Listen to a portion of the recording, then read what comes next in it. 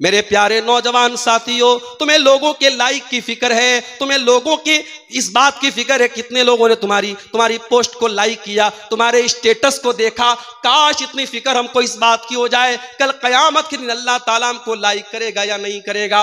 ओ Facebook पर filter करके अपने चेहरों को खूबसूरत बनाने वाले मेरे नौजवान भाइयों, मेरी बहनों, जो अपने फोटोज को सोशल मीडिया पर डाल रही हो, कहीं कयामत के दिन हमारे इन खूबसूरत चेहरों को अल्लाह ताला जहन्नम की आग में न डाल दे। वजूह यौमइज़िन अलैहा गबरा तरहकुहा कतरा उलाइका हुमुल कफरतुल फजरा। अल्लाह कुरान में कहता है कयामत के दिन कुछ ऐसे भी चेहरे आएंगे जो बड़े गंदे होंगे, बड़े धूल से अटे हुए होंगे, जहन्नम की आग में डाले जाएंगे। ये काफिरों के चेहरे होंगे, ये बुरे लोगों के चेहरे होंगे, ये अल्लाह के नाफरमानों के चेहरे होंगे। फेसबुक पर आपने अपने फोटो को फिल्टर के जरिए खूबसूरत कर लिया, कल कयामत के दिन अपने चेहरे को जहन्नम की आग से कैसे बचाओगे मेरे भाइयों, उसकी चिंता भी कर लो।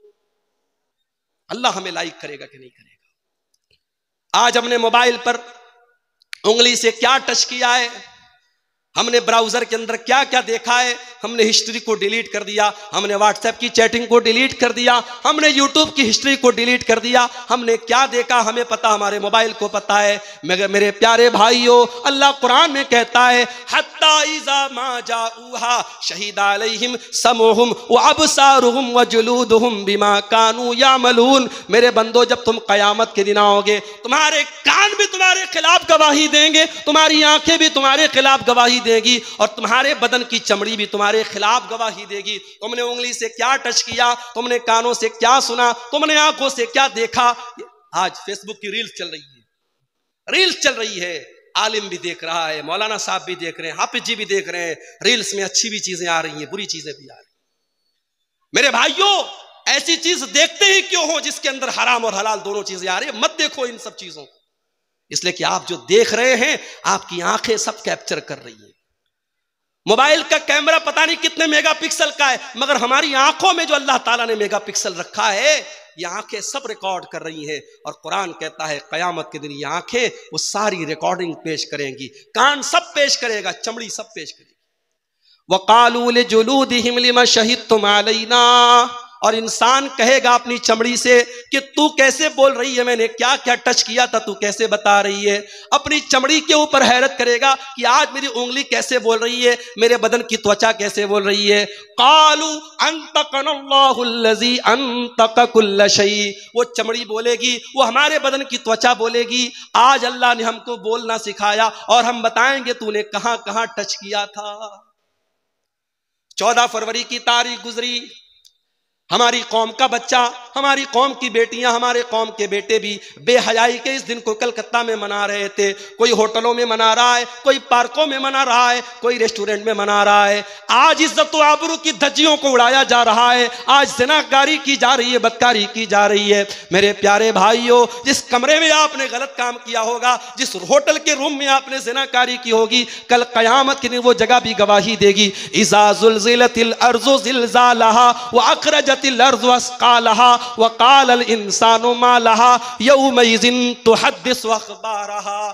क़यामत के दिन ये ज़मीन बोलेगी, ये बरहेट के मदरसे का ये ग्राउंड बोलेगा, अल्लाह यहाँ हज़ारों लोगों ने बैठ करके तेरे दीन की बातों को सुना था।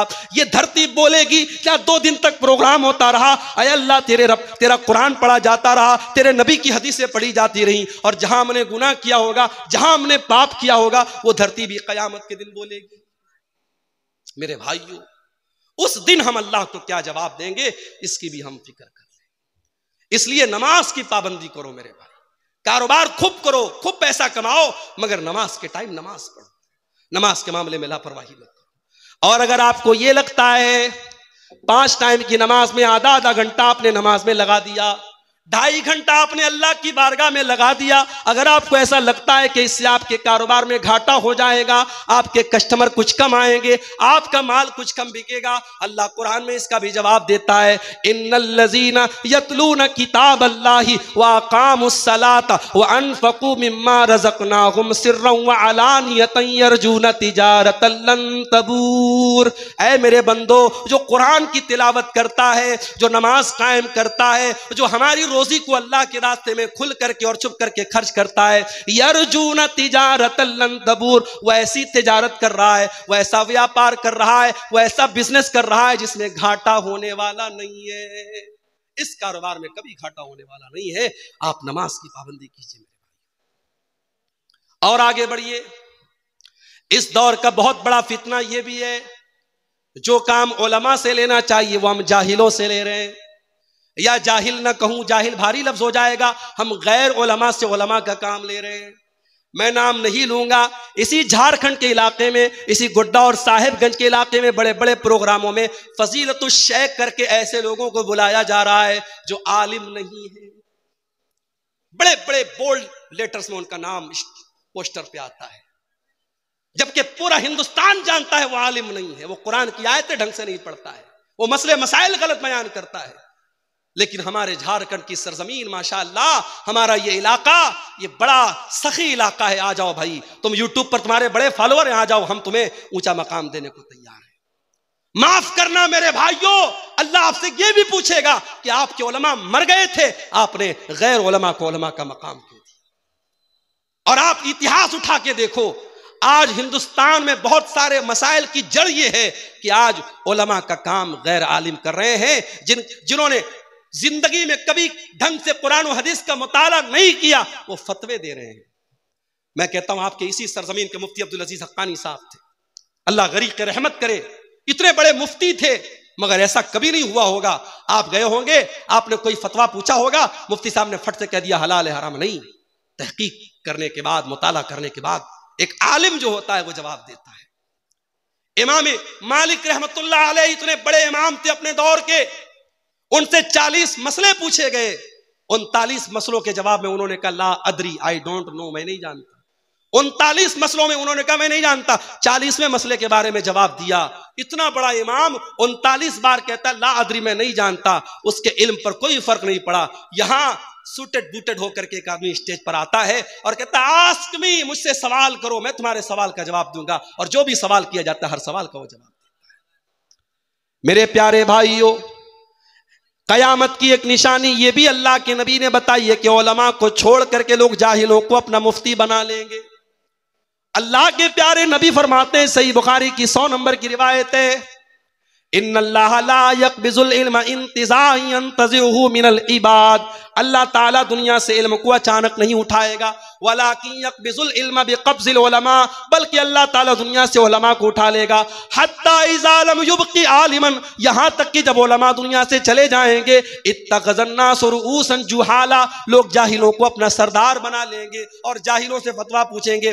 फ़सुइलू फ़अफ़्तौ बिग़ैरि इल्मिन, और वो बगैर नॉलेज के, बगैर इल्म के फतवा देंगे और खुद भी गुमराह होंगे और दूसरों को भी गुमराह करेंगे।